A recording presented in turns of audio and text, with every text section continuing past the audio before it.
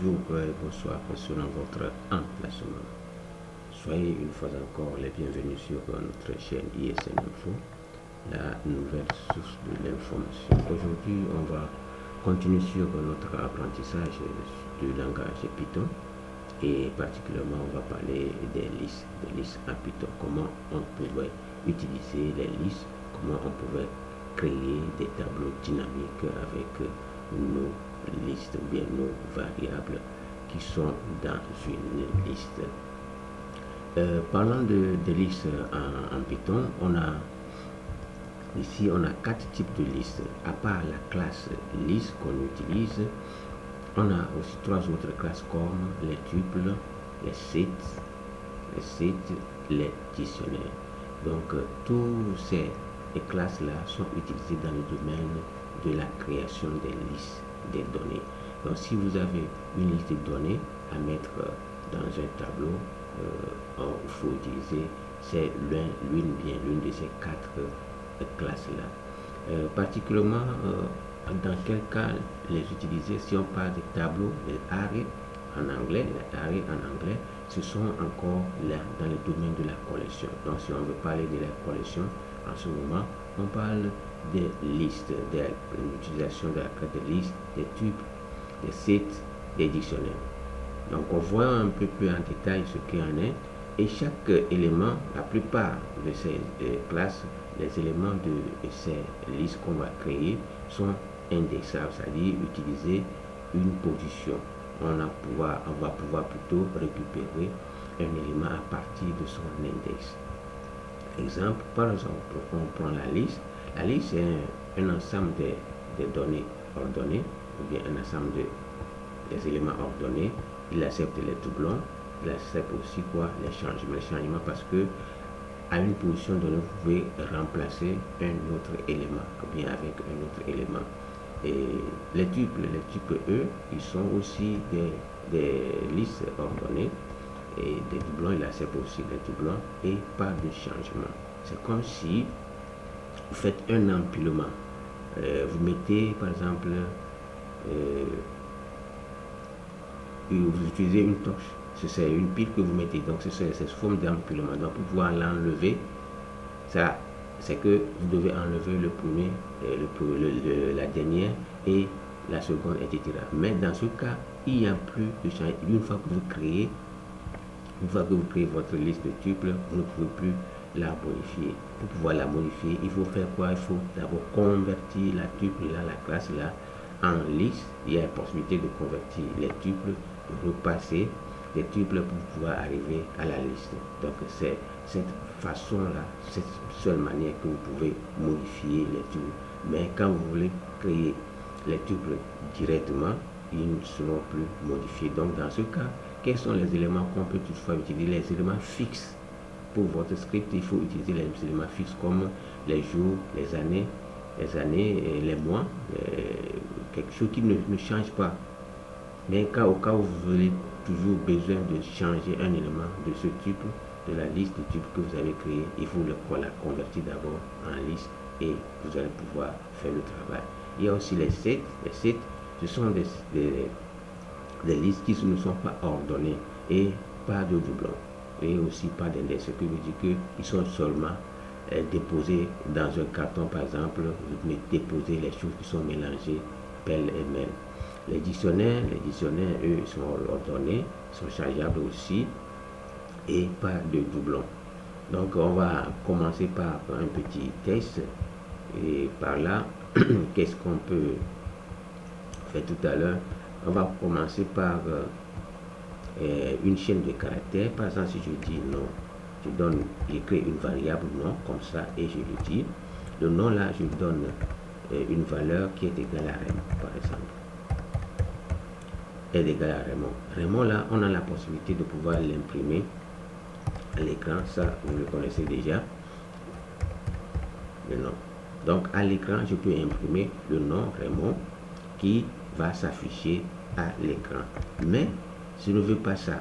Pour pouvoir, je veux juste imprimer les 4 premières lettres. Donc je vais pouvoir indiquer ici à ma variable que je veux que tu m'imprimes à partir du point 0, ça dit l'index 0, l'index 1, l'index 2, l'index 3. L'index 3 là, ça fait quatrième lettre. Donc ça fait 4, je le mets ici. Et je peux lancer maintenant mon script pour voir le résultat.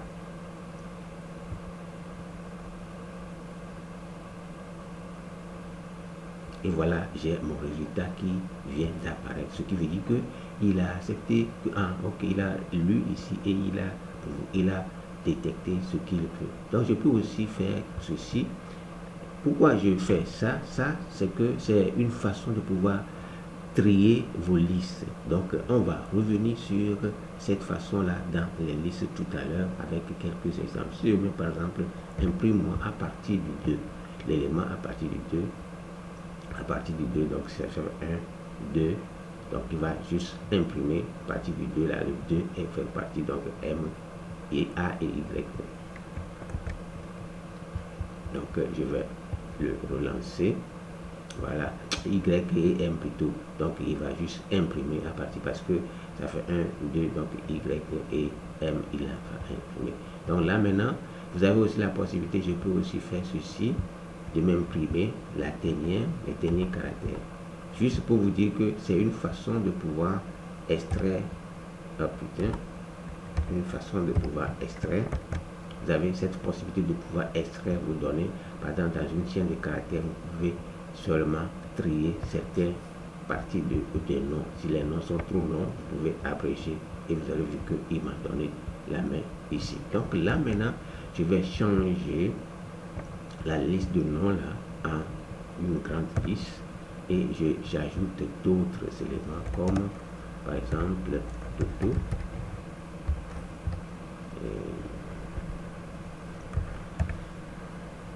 et Dado par exemple. Donc ça c'est sur une autre liste que je viens de créer.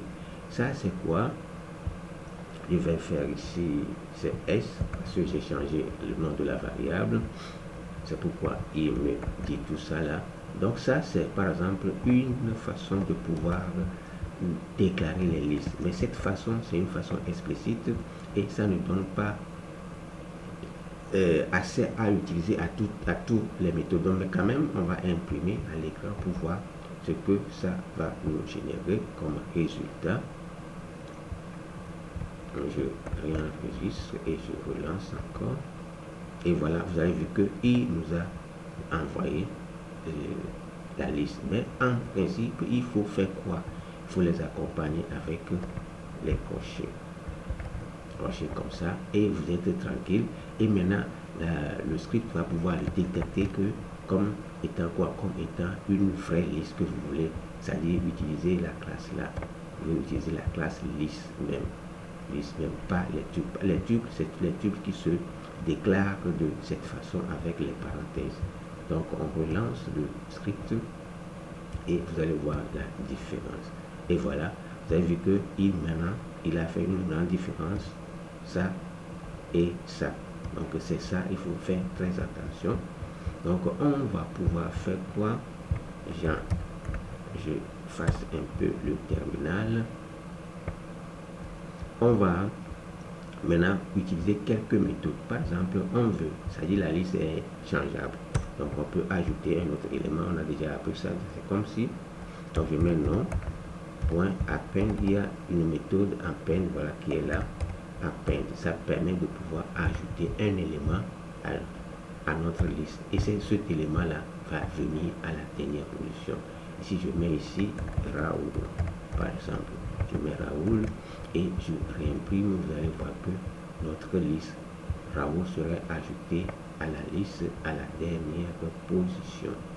Je vais voir ce qui, voilà, Raoul est à la dernière position, c'est ça qui est là. Raoul vient d'être ajouté. Il y a autre possibilité de pouvoir donner accès à autre variable. Par exemple, avec quelle méthode? Il y a une méthode aussi.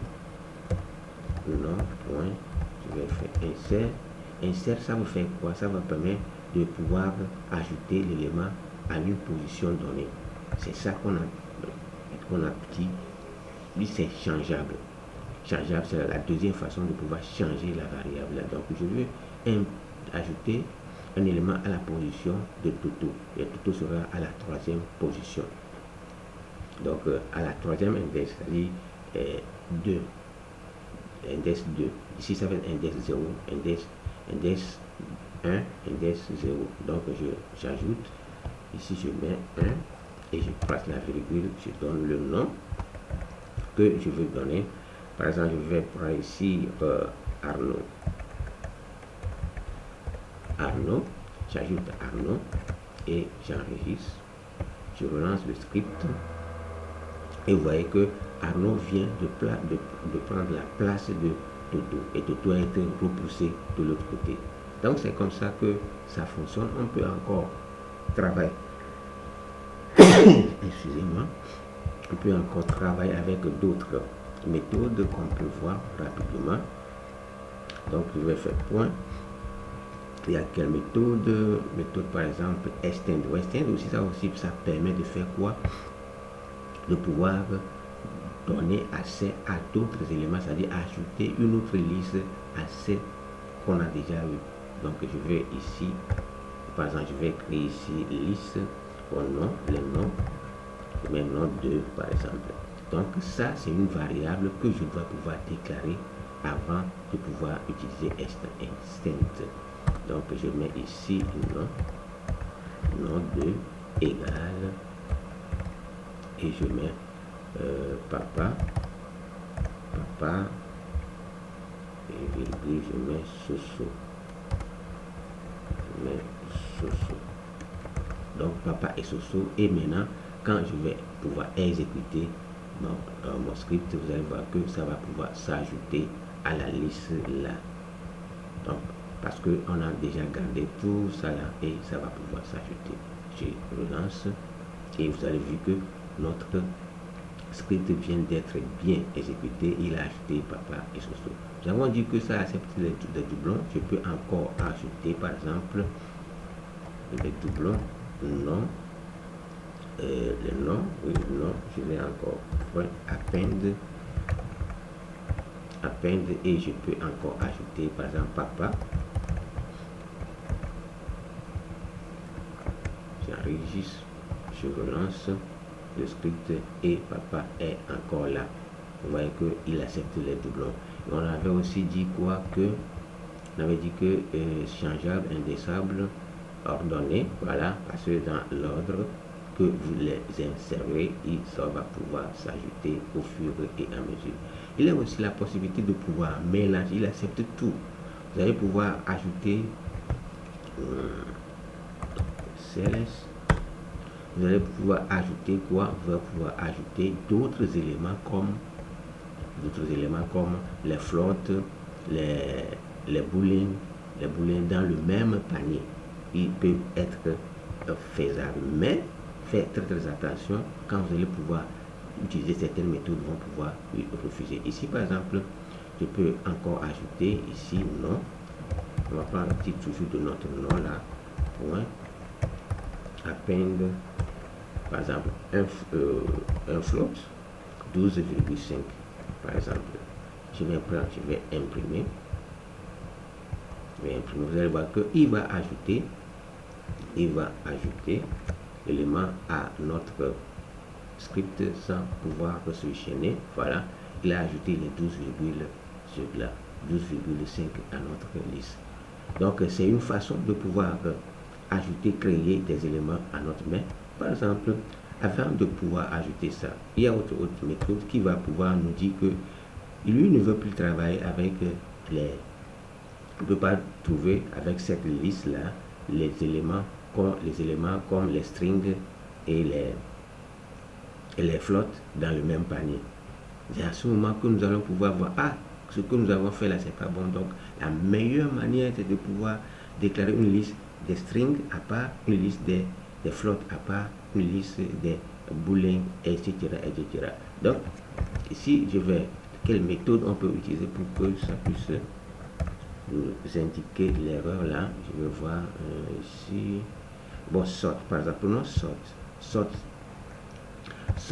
c'est une méthode qui permet de faire quoi? permettre de pouvoir, voilà, c'est ce qu'ils ont dit, sort the list in the ascending order and return none. Ce qui veut dire que ça va pouvoir retourner les éléments par ordre alphabétique. C'est une façon de pouvoir utiliser ça. Maintenant, quand je vais imprimer, on va toujours imprimer pour voir ce qu'il y en a. Ça, si je libère un peu l'espace là, mais je vais monter encore un peu. Voilà, il nous a déjà géré, il nous a déjà chiffré que ça, type error, not supported between instances of float and string, ce qui veut dire que avant de pouvoir utiliser ça là, soit nous le convertissons en string, vous comprenez, ça vous allez pouvoir le convertir en string, soit on fait quoi, on va pouvoir l'enlever de notre liste. Donc soit je peux faire ici la conversion, je le mets ST, je le mets ici str pour convertir la chaîne là d'abord en script avant que je puisse l'utiliser comme un élément. Mais qu'est-ce qui va pouvoir se passer? Vous avez vu que il a maintenant accepté parce que on a fait quoi? On a changé que prend ceci comme étant quoi? Un string.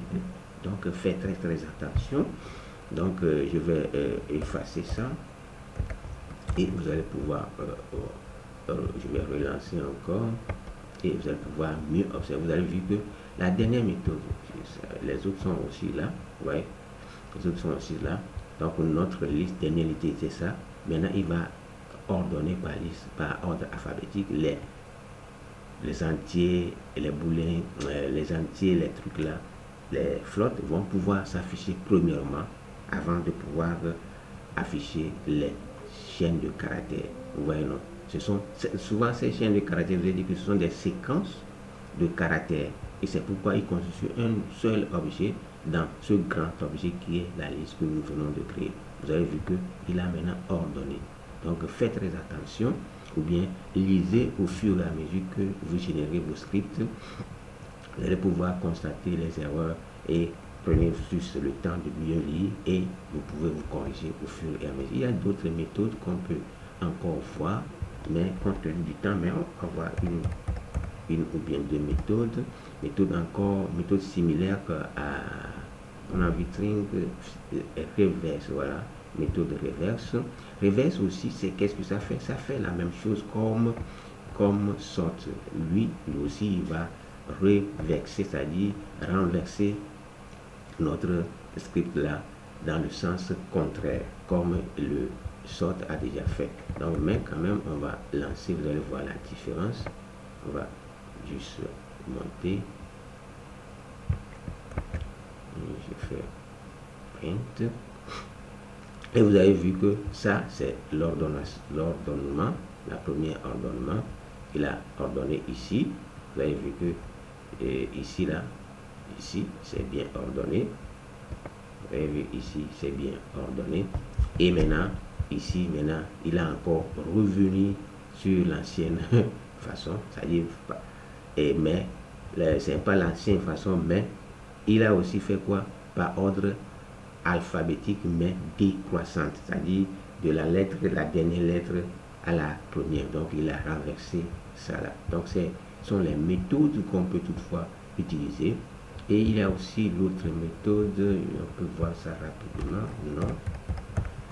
Ouais, il y a quelle méthode? Claire. Claire, ça veut dire que vous allez pouvoir vider tous les éléments et va vous renvoyer un tableau vide, c'est-à-dire une liste vide. On fait clair, on garde toujours les autres méthodes comme ça, vous allez pouvoir observer la différence entre les méthodes. Et ouais, il nous a renvoyé maintenant une liste vide, bien un tableau vide comme ça. Donc c'est ça, le clair. Le clair, on va commenter ça. On commente le clair. Et on va faire quoi encore? Je vais voir s'il y a d'autres méthodes qu'on peut encore utiliser. Il y a non, qu'on a déjà. Non, point, il y a remove. Remove aussi. Remove, ça permet de faire quoi? d'enlever un élément à une position donnée. Ici, c'est par rapport à l'index. Je veux pouvoir enlever papa. Papa là, papa ça fait 1, 2, 3, 4, 5. 5 positions. Je mets ici non. Et j'ajoute l'index. J'ajoute l'index ici. 5 positions, 5 là. Donc il va pouvoir faire quoi? Regarder et m'enlever le papa. Lui, il peut enlever parce qu'on a papa double qui est dans notre script. Vous voyez qu'il vient de nous enlever quoi? Papa, après avoir suivi, il y a reverse et vous avez vu qu'il a enlevé papa de notre liste. Il a enlevé papa de notre liste. Il y a aussi l'autre possibilité, c'est de pouvoir faire quoi encore? C'est non, point. Il y a del. Donc del, je vais voir del, non, je ne sais pas ça. Donc je vais juste commencer par del, comme ça il va pouvoir m'afficher les méthodes del. Ok, del, maintenant expression attendue après del. Ok, l'expression attendue après del là, c'est le nom que je veux. C'est aussi de toute façon, vous avez vu qu'il a fait quoi? Et là, je vais mettre ici non, et voilà. Vous avez vu, il m'a dit que quoi? Il a dit le nom avec, ça y est, que une liste. C'est une liste que je veux utiliser. Donc le nom là, donc je précise en l'aide d'elle, moi par exemple, la position 2. Après avoir fait tout, parcouru tous ces reverses là, la position 2, c'est lui qui est là, vraiment qui est là. Donc, je vais relancer et vous allez pouvoir observer, on va pouvoir observer tous ensemble. Vous voyez que à la position 2, après avoir tout trié, à la position 2, il a enlevé quoi? Raymond à notre liste là. Et maintenant, il a encore réajusté. Donc, c'est comme ça. Il y a plein de méthodes, mais d'autres sont pouvoir passer par d'autres méthodes ou bien d'autres fonctions. Et si je parle de méthodes ici, les méthodes, c'est encore les fonctions en Python. Donc, si vous attendez méthode, c'est encore les fonctions. Donc, avant de pouvoir utiliser les fonctions, déclarer les fonctions, on va revenir sur ça. Et vous allez pouvoir comprendre tout ce que je viens de faire. Et il y a d'autres façons de pouvoir utiliser les listes. Par exemple, on peut itérer à partir de ces listes. Itérer, ça veut dire que on va pouvoir parcourir les noms un à un. Ça, c'est ça qu'on appelle l'itération. Mais ça, c'est avec les boucles. Donc, on n'a pas encore, on ne peut pas se sauter pieds joints pour aller directement dans ça. Mais on va aller petit à petit, comprendre d'abord les petites bases là. Et le tout serait joué dès qu'on serait de plus en avance. Donc, c'est tout ce que je vais vous montrer dans cette vidéo là. Pour une prochaine fois, on va revoir les tuples, les sites et les dictionnaires. Comme ça, vous allez pouvoir voir ou bien distinguer la différence entre ces 4 classes de création de listes en Python. Donc, d'ici peu, portez-vous bien et on se dit ciao. Surtout, aimez la vidéo, partagez, abonnez-vous à la chaîne et n'oubliez pas de cliquer sur la chaîne, la cloche de notification pour être averti dès que je fais une nouvelle vidéo ou bien un nouveau cours sur le langage Python. Python est aujourd'hui primordial, parce que dans les data science, dans les IA qui sont là maintenant, si vous maîtrisez bien Python, vous pouvez aussi vous en sortir. Donc, c'est tout. Commentez au maximum et partagez. Et si vous aussi vous faites les vidéos YouTube, vous publiez quelques idées sur YouTube ou bien sur quelques plateformes, quel que soit. Donc, faites-moi le savoir. Moi aussi, je vais pouvoir participer et apprendre de vous, comme moi aussi, je veux que vous appreniez quelque chose de moi. Donc, si peu, portez-vous bien. Ciao. Bonne journée et bonne soirée, bon après-midi selon votre emplacement. Et disons ciao.